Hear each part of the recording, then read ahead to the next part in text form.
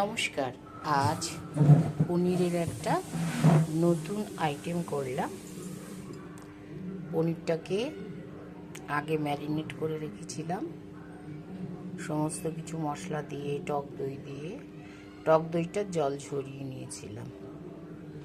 তারপর পেঁয়াজ, রসুন আর ক্যাপসিকাম সমস্ত কিছু দিয়ে ম্যারিনেট করে রেখে তারপর করেছি। কি দারুণ হয়েছে না, রেস্টুরেন্ট স্টাইলের।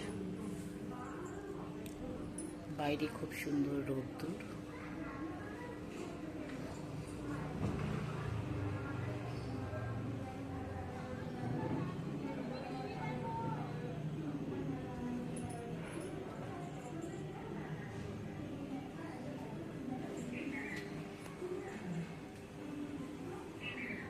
খুব ভালো লাগছে।